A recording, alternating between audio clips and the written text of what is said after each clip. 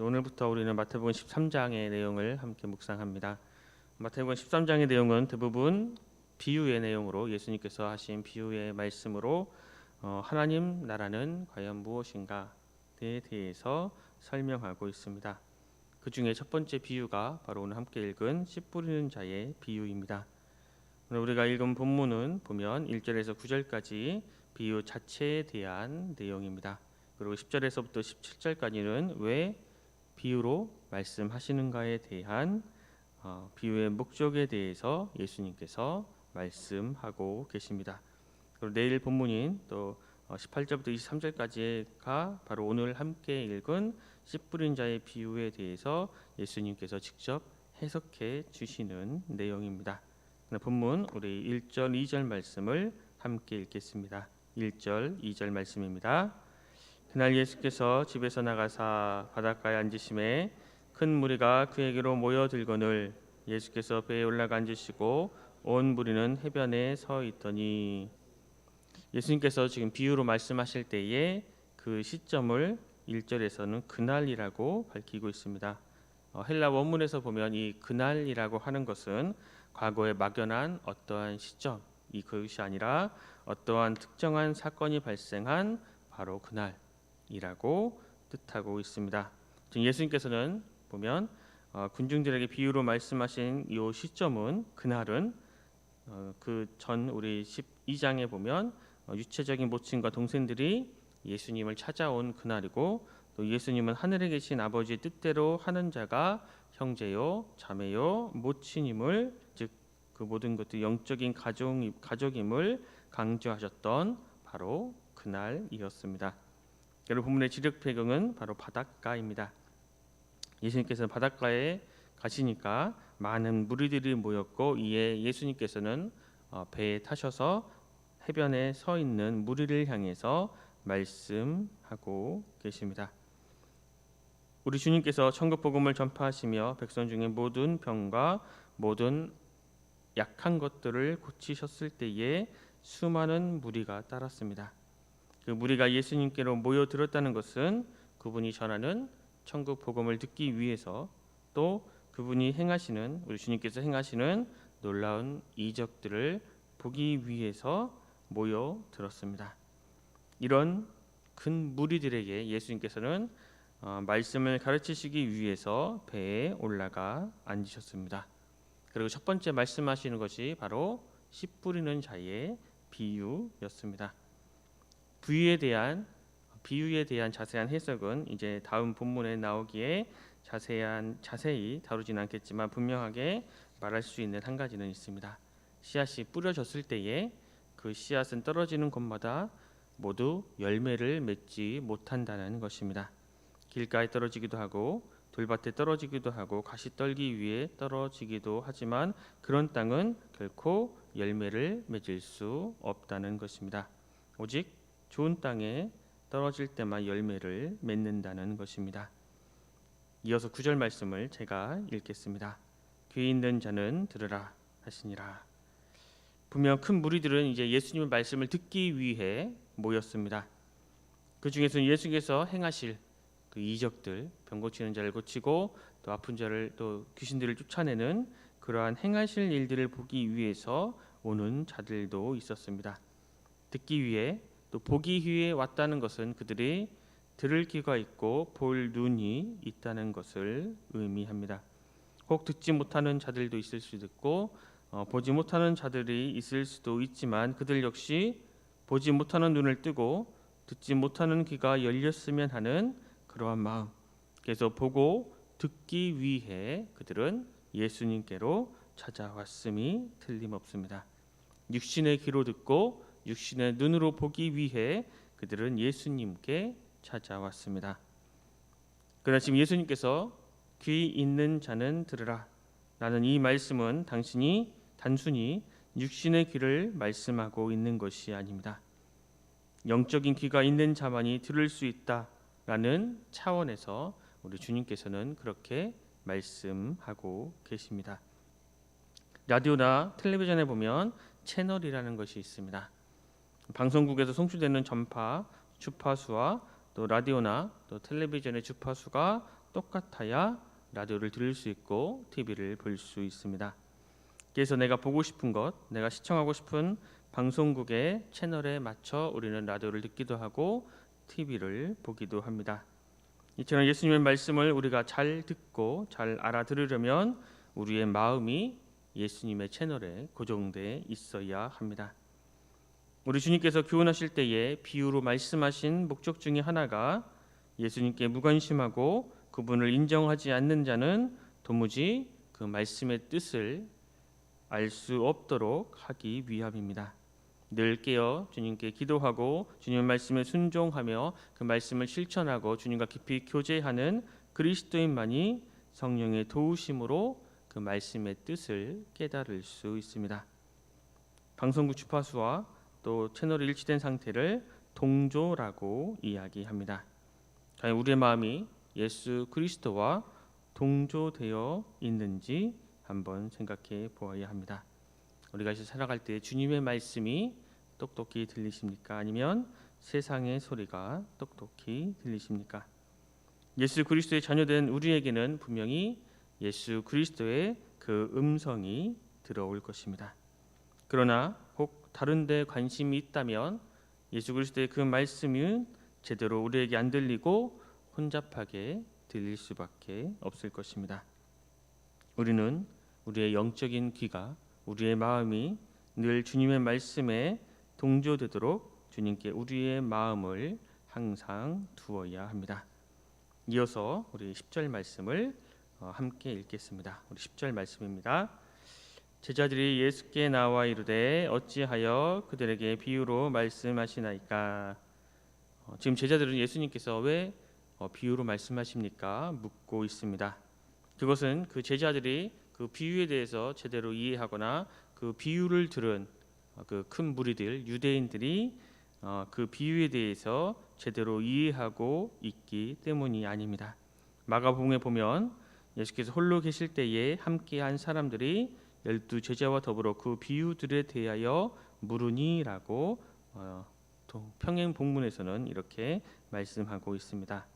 제자들 외에도 예수님 곁에 있던 사람들이 있었고 그들이 제자와 더불어 그 비유에 대해서 물었다고 말씀하고 있습니다. 그 비유 자체가 제자들도 거기 있던 무리의 사람들도 그것이 무슨 뜻인지 몰랐다는 것입니다.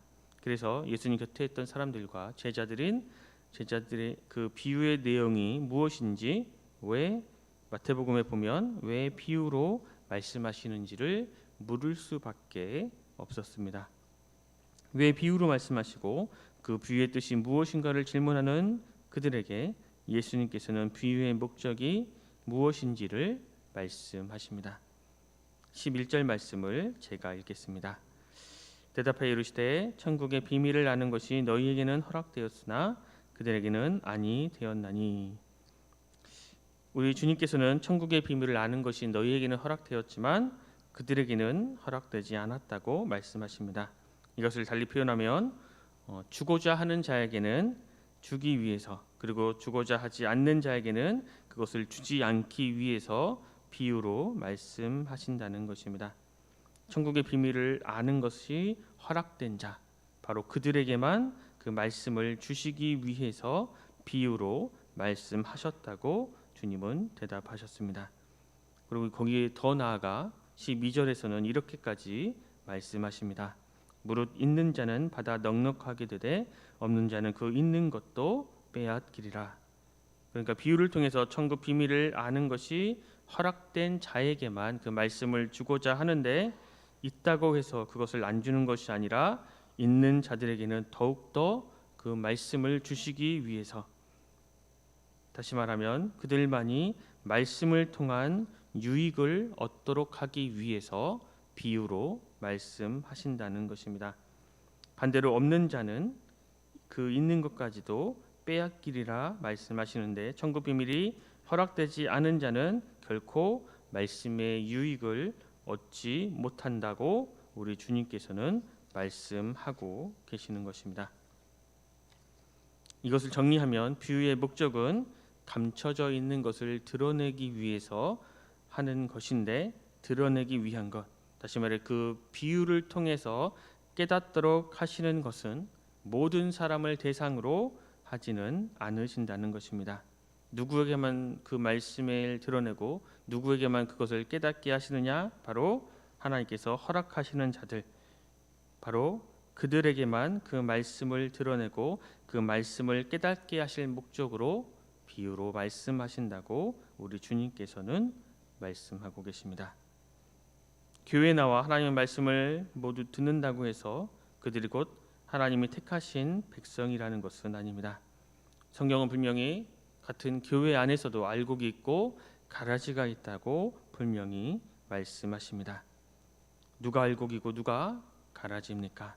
오늘 본문의 말씀을 보면 천국의 비밀을 아는 자들, 그리고 아는 것으로 그치는 것이 아니라 그 비밀한 내용을 계속해서 받아서 넉넉하게 말씀으로 말미암아 충만하게 되는 자가 곧 알곡이라고 할 수 있습니다.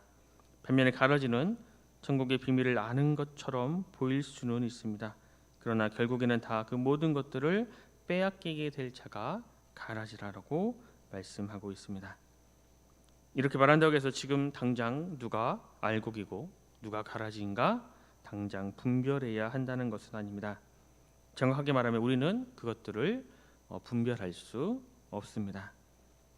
그러나 분명한 것은 누가 알곡이고 누가 가라지인지는 알 수 없지만 하나님께서는 알곡에게만큼은 그만큼 하나님을 믿고 하나님 말씀에 순종하며 또 하나님과 친밀히 교제하는 그리스도인에게만큼은 그분이 말씀을 통해 당신의 능력을, 당신의 은혜를, 당신의 사랑을 주고 계속 주고자 하신다는 것입니다.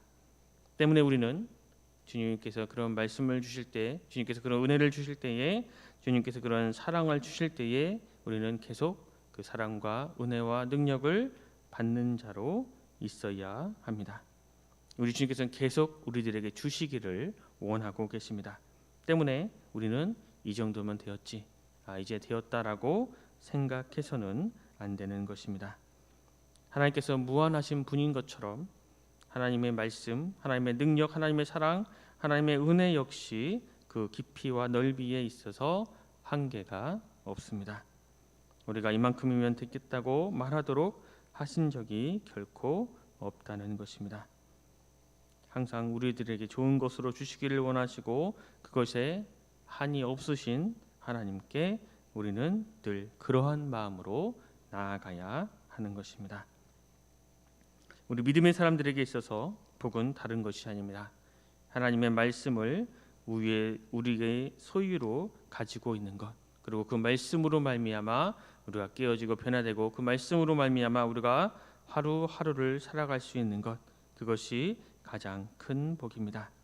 그리고 그 말씀은, 그 복은 결코 우리가 빼앗기지 않습니다. 그리고 우리는 그 말씀들을, 그 은혜들을, 그 사랑들을 빼앗기지 않기 위해서 더욱더 하나님의 그 말씀의 은혜를 구하며 하나님과 더욱 친밀히 교제하는 자가 되어야 할 것입니다. 그럴 때에 우리는 무한히 부어주시는 하나님의 말씀으로 말미암아 사랑으로 또 은혜로 또 능력으로 이 세상을 살아갈 수 있는 것입니다.